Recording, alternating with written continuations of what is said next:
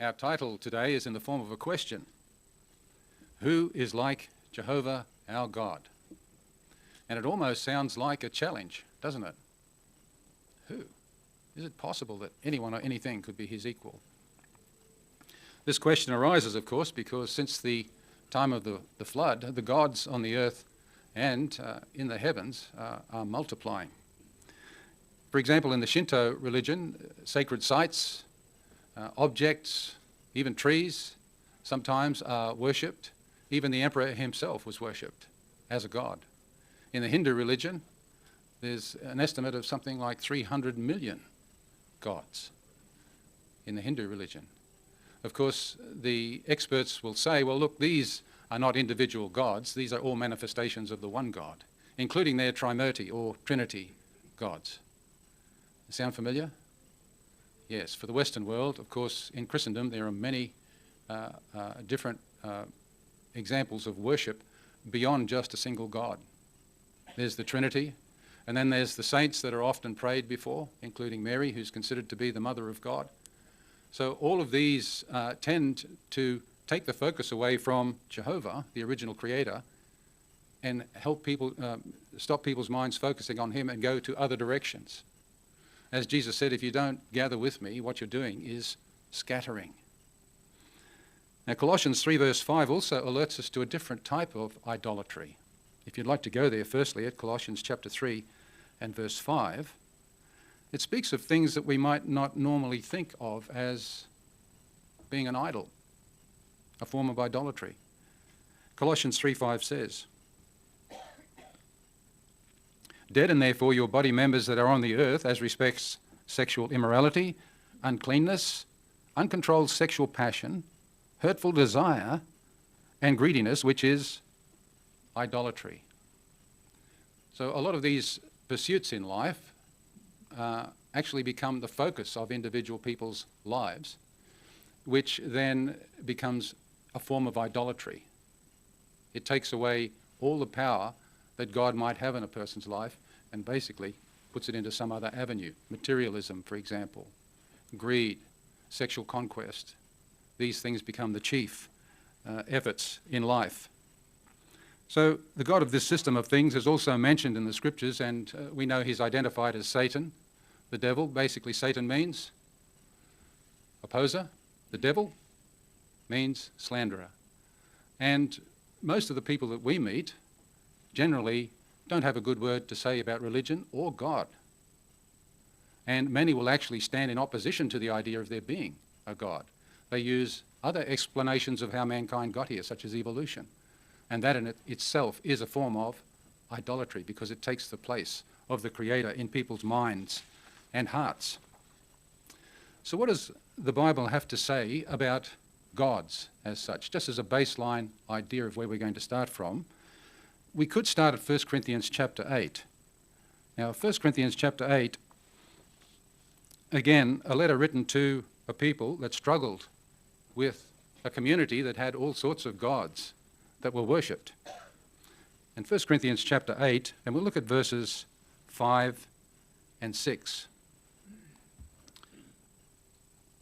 "Even though there are so-called gods," notice this, "whether in heaven or on earth, just as there are many gods and many lords, there is actually to us one God, the Father, from whom all things are, and we for him." So the Bible acknowledges there are many gods that are worshipped. But the psalmist said, who is like Jehovah our God? How is he different from the other gods? Well, he's different in that he can provide protection and delivery of his people. Of all the gods of the earth, they've never been able to demonstrate this ability that Jehovah has to protect and deliver his people. There's an example given to us in the Bible. There are many examples we could look at, but we'll just go to Exodus firstly. And this is right back near the beginning of Jehovah using a people for his name, choosing a people for his name. Exodus, we'll go firstly to Exodus chapter 12. Now, we're pretty familiar with the idea of what happened here in Egypt with God's people, the confrontation between Moses and Pharaoh. between Moses' God and all the gods of Pharaoh. And there were 10 plagues brought, one after the other after the other. And Jehovah was actually showing himself superior to the various gods that were worshipped and valued in Egypt. And just to give us an idea of which gods were involved, the Nile, when it was struck by Moses, was the god, the Egyptian god, Happy, that was represented by the Nile. It brought prosperity and well-being and power to the Egyptian nation and therefore to the Pharaoh himself. The sky god, Thoth and Reshpu, these also had to do with the wealth and the well-being of the nation, and these governed the sky. When Moses struck the Nile River and turned it into something unusable, and when he brought also, with Jehovah's power, the downpour with lightning and hail, which destroyed everything in the field, and yet at the same time protecting God's people from these things, we see that Jehovah proved his superiority. One by one, he took on the gods of Egypt in front of everyone, and he had it recorded for our benefit, for posterity, in effect. Exodus chapter 12, if we go to verse 12, this is just before the 10th plague. Notice what is said here. And I will pass through the land of Egypt on this night and strike every firstborn in the land of Egypt, from man to beast. And notice this, I will execute judgment on all the gods of Egypt. What was the point of this? It was to show that Jehovah was above all other gods that are worshipped by man. The Pharaoh himself was not able to prevent even his firstborn son from this destruction. He wasn't able to save his nation. The gods were ineffectual in the face of Jehovah. Why, though, didn't Jehovah just send an angel to do this work? We know there's an account 800 years after this event, when the power of Egypt had waned.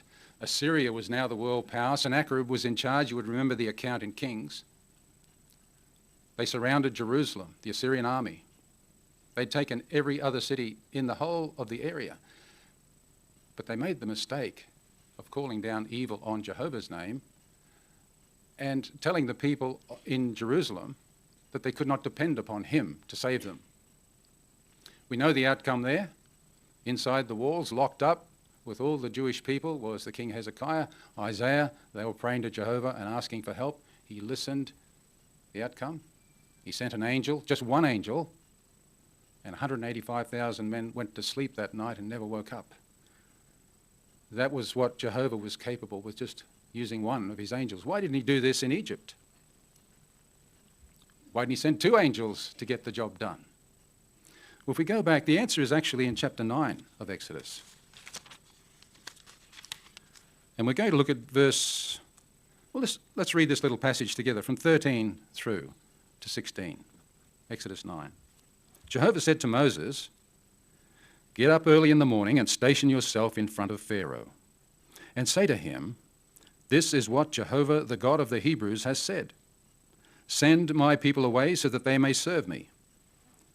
For now I am directing all my blows to strike your heart, your servants, and your people, so that you may know that there is no one like me in all the earth. For by now I could have thrust my hand out to strike you and your people with a devastating plague, and you would have been wiped out from the earth. But for this very reason I have kept you in existence, to show you my power and to have my name declared in all the earth.'" Did it work? Jehovah's way of doing things, sending Moses in, warning him, Pharaoh kicking him out, plague coming, Pharaoh calling him back, please stop it. Why all the drama?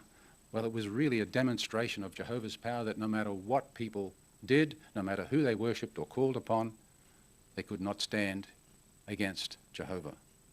And even recently, they're still making movies about this occurrence, way back there, 3,500 years ago. So it certainly has worked to have Jehovah's name declared in all the earth, and his power and his excellence in the face of others that are worshipped, whether in heaven or on earth. Moses, in chapter 15, and his sister Miriam, were moved to memorialize this event. 15 verse 11. They said, "Who among the gods is like you, O Jehovah? Who is like you, showing yourself mighty in holiness, the one to be feared with songs of praise, the one doing wonders?" And that's how we feel about our God, isn't it? Even today. Here we are in the end of the system and we still have this feeling toward our God. So Jehovah had this account written down and preserved for people like us. And here we are at the end of the system. We still have the benefits of this knowledge of what sort of God Jehovah is, how he works, how he is capable of protecting and delivering his people if and when he chooses to do so. So do we have the same sort of confidence that was demonstrated by Moses and Aaron and others back at that time? Yes, that's something that we want to give personal attention to. Did you know that you're unique? I'm unique. How does that happen? Well, simply by our association with God's word, our association with God's name. Unique means, as with Jehovah's qualities, unique means unequaled, unmatched, nothing like us. And people will often say, there's nothing like those people. All right? They're different. And it's true, we stand out as different. Because we're clever, intelligent? No, it's not about that, is it? We're like everybody else, but it's because of our association with this wonderful God, Jehovah, and his unique qualities are reflected by us because we submit to his laws. Holiness among his qualities. Love, power, justice, we know them. Righteousness, wisdom, these are things that we are also concerned about because we listen to our Heavenly Father and we try, as Ephesians chapter 5 verse 1 says, to imitate our God. So we're like mirrors in a way. And as you know, no two mirrors are the same. No mirror is perfect. And we're certainly not perfect. But we are useful as reflectors of God's qualities. Just to cover a couple of these qualities that make us unique. The godly quality of love.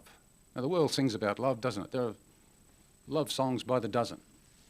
But that's not what Jehovah's love is like.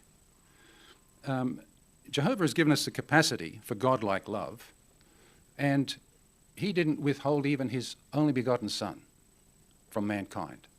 I mean, you think of it, the world as it is, it's a mess. It's pretty much always been a mess. It's not getting any better.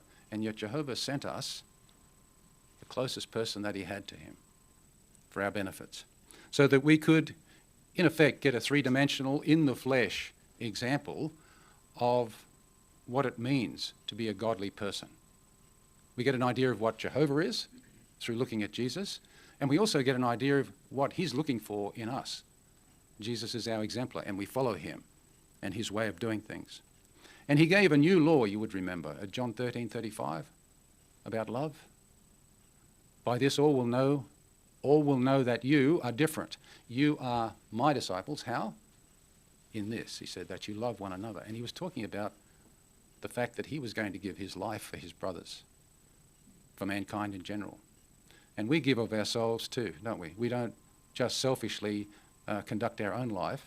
We're involved also in giving of our life to others in the ministry that we're involved in. This is brought out in Psalm 96 and verse 2.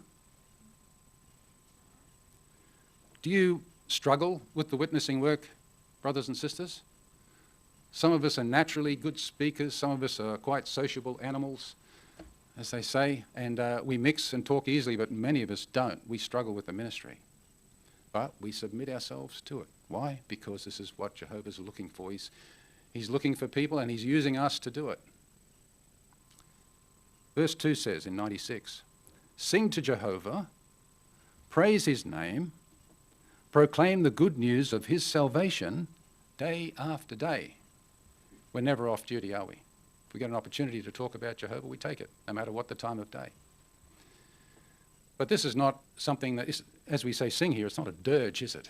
It's something that is joyful for us to be involved in. And even if we go out we're struggling, How do you feel when you've been out for a while and representing Jehovah and his word and talking to people? How do you feel about that?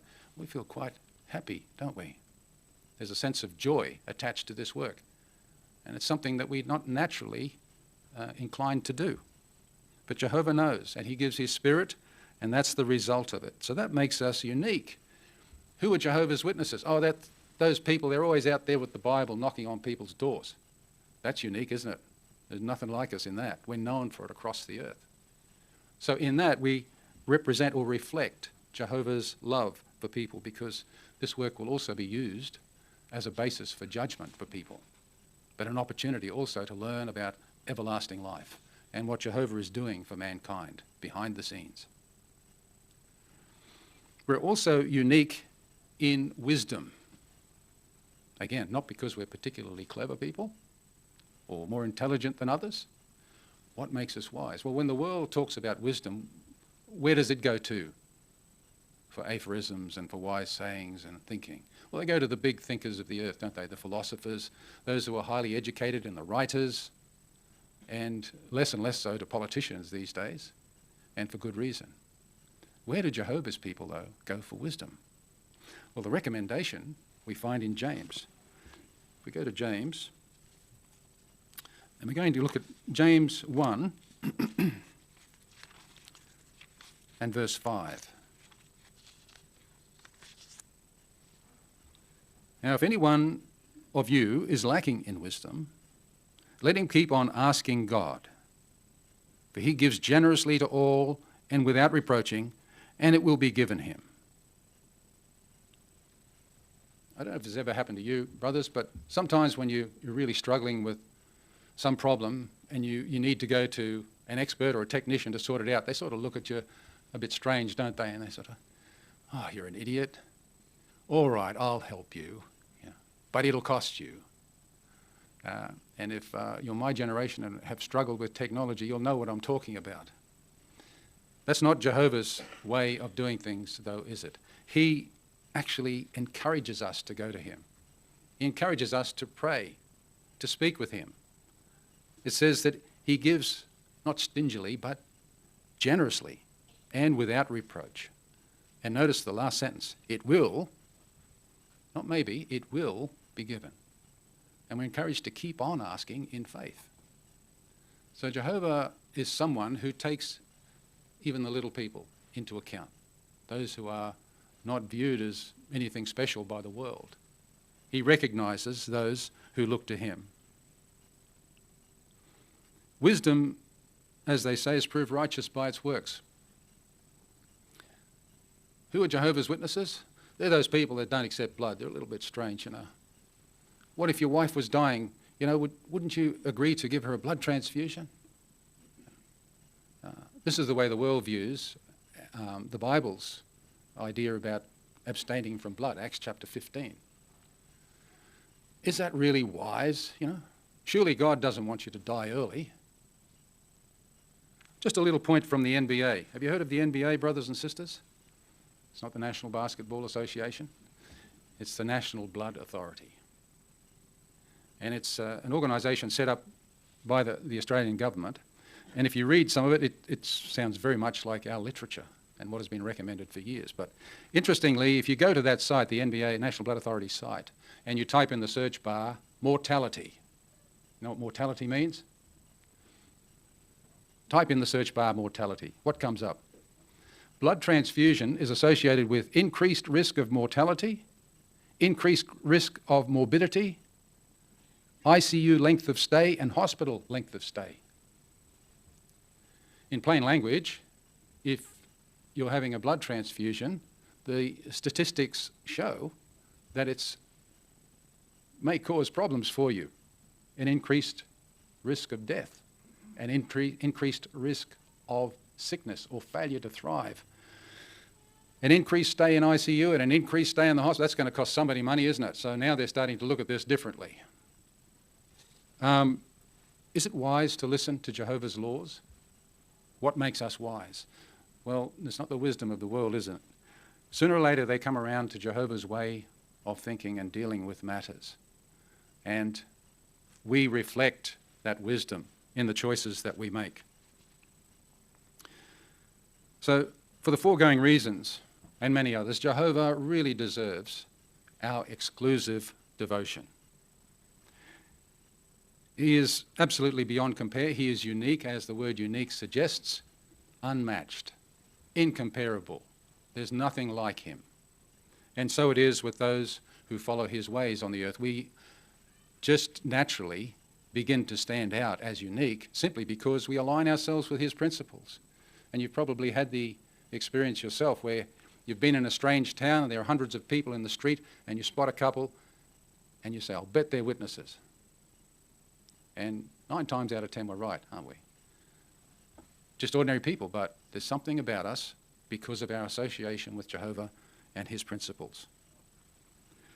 There is no excuse for not knowing about him or serving him. The book of creation says so much about him, but the Bible itself is like a gift. It's a letter from a loving Father, a record of his dealings with man, what we can expect from him. If I do attach myself to him, is he capable of protecting and delivering me? We need that sort of confidence, don't we? Jehovah's personality is well revealed in the scriptures, and the fact that we exist at all is thanks to him. If he didn't want to know us, if he didn't want to deal with us, we wouldn't have a chance.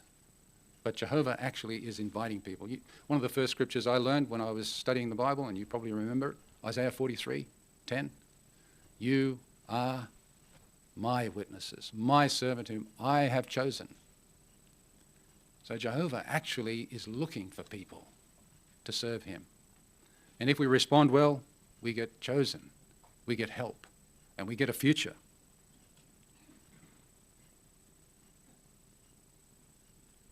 Just at the end of Isaiah 43, in verse 11, I think it is, it says, I am Jehovah, besides me there is no God. After me there continued to be none. I am Jehovah, and besides me there is no God. Is that what it says? There is no Saviour, yes. So Jehovah's recommending himself to us, to look to him, because he's the only one that actually can save man. So he wants us to know that he's there. He wants us to know that he does actually care about man. And he also, by the records he's left behind, wants us to know that he is capable of choosing to protect and deliver people like us. So the original question that we started out with, who is like Jehovah our God? Well, with the millions of others, what is it, 8 or 9 million now? And all those in the past, many of them, their vote is already recorded in God's word and still speaks today, even though they've been gone for thousands of years. We echo their view, don't we? There is no God like Jehovah our God. Thank you.